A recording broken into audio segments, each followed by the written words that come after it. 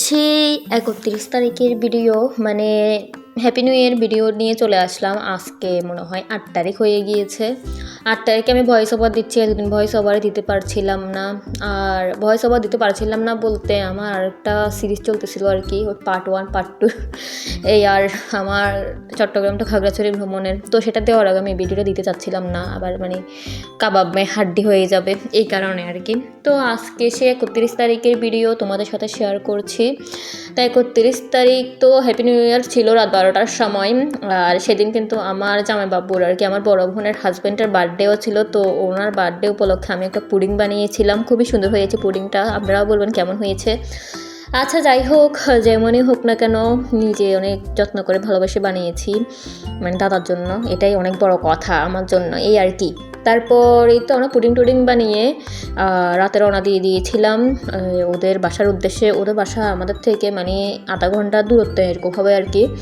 তো যাই হোক, ওখানে রওনা দিয়ে দিয়েছে। ওরা কিন্তু একটুও জানতো না, আমার বোনও জানতো না যে আমরা ওদের ওখানে যাবো, মানে একদম সারপ্রাইজ দিব এই উদ্দেশ্যে মানে রওনা দিয়ে দিয়েছিলাম। আর আমরা বেরোতে বেরোতে প্রায় 7টা বেজে গিয়েছে। আমরা ভেবেছিলাম 4টার দিকে বের হয়ে যাব, কিন্তু এই কাজ সে কাজ, খাওয়া দাওয়া আর এখন গ্যাসের যে সমস্যা, এগুলো করতে করতে আর বেরোয়া হয়নি। তো রাস্তায় ভাবলাম শুধু পুডিং একটা নিয়ে যাব, একটা কেক নেবো ভেবেছিলাম। কেকের অবস্থা দেখে আর মানে কেকটা নেওয়া হয়নি ওখানে, আর ভিডিও আমি করি নাই ওগুলার। মানে কেকের অবস্থা একদমই খারাপ। দোকানের কেক মানে কেমন হয় সেটা তো জানিনি, ডালডার কেক কতগুলা, আর দামও বেশি। আর শীতে মানে ওগুলো মানে বরফের মতো লাগতেছিল আমার থেকে, যে আর কেকটা নেওয়া হয়নি। তো ভাবলাম আচ্ছা থাক, শীতের সময় যেহেতু আমরা পিঠা নিয়ে যাই। তো এখানে চিতই পিঠা বিক্রি করছিল, ভাপা পিঠাও বিক্রি করছিল অনেক জায়গায়, কিন্তু আমার ভাপা পিঠা তো বেশি ভালো লাগে না। চিতই পিঠাটা মানে মেন উদ্দেশ্য ছিল আমার। তো আমি অনেকক্ষণ খুঁজতে মানে পুরো চৌমনি বাজারটা খুঁজতে তারপরে এক জায়গায় দেখতেছি অনেক ভিড় ভাট্টা লেগে আছে চিতই পিঠা খাওয়ার জন্য। তো সেখানে গিয়ে আমি একটু ভিডিও করে তারপর এই যে পিঠা একটা, এটা হচ্ছে যে হাঁসের ডিমের পিঠা আর কি। ওটা তো চিতই পিঠা, এটা হাঁসের ডিম দিয়ে মানে স্পেশাল পিঠা। এই পিঠার দাম 35 টাকা। আর ওই যে চিতল পিঠা যেমন নর্মাল, ওরা 10 টাকা পিঠ ছিল। তো এখান থেকে আমরা 2টা পিঠা খেয়েছিলাম। তারপর আমরা ওদেরকে সারপ্রাইজ দিতে চলে এসেছি। ওখানে সারপ্রাইজ দিতে এসে আমরা নিজেরাই সারপ্রাইজ হয়ে যাই, কারণ ওদের বার্থডে সবগুলো শেষ। আমরা নিজেরাও জানতাম না ওরা নিজেরা বার্থডে করবে। আমি ভেবেছি কিছুই হয়তো করবে না, কারণ আর কিছু করলে আমাদেরকে বলে, এবার আমাদেরকে বলে নাই।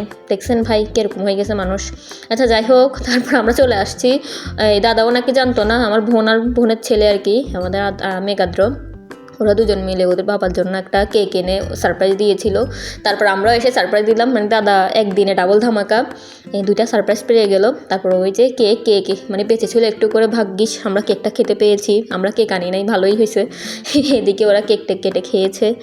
তো এই তো আমাদের পিঠা, তারপর এদিকে পুডিং, তারপরে কেক। ওই দাদা বসে বসে কাজ করতেছিল, আমাদেরকে দেখে তো সেই একটা হাসি দিয়েছে। আমরা মানে ঢুকার সময় হ্যাপি বার্থডে টু ইউ এভাবে করে আমি ঢুকেছিলাম আর কি, মানে খুবই মজা হয়েছিল। হঠাৎ করে ওরাও সারপ্রাইজ, আমরাও সারপ্রাইজ হয়ে গিয়েছি ওদের বার্থডে দেখে। আর এটা হচ্ছে আমার বড় বোনের আর কি ছোটো ছেলে, আমাদের নীরব, রোদ্দুর আর কি, ওর নাম রোদ্দুর। আর এদিকে রাত 12টা বেজে গিয়েছিল, এই হ্যাপি নিউ ইয়ার ছিল। তো আমি আর আমার ছোট্ট সোনামণি তখন শুয়ে পড়েছিলাম। তখন আমরা একজনের হ্যাপি নিউ ইয়ার বলছিলাম, আমাদের হ্যাপি নিউ ইয়ার বলে একটা ভিডিও বানিয়েছি, সবাইকে হ্যাপি নিউ ইয়ার বলতে বলতে রাত হয়ে গিয়েছে, আমরা ঘুমিয়ে পড়েছি। তো এই তো আমাদের হ্যাপি নিউ ইয়ার বার্থডে এরকম ছিল। তো আজকের মতো টাটা।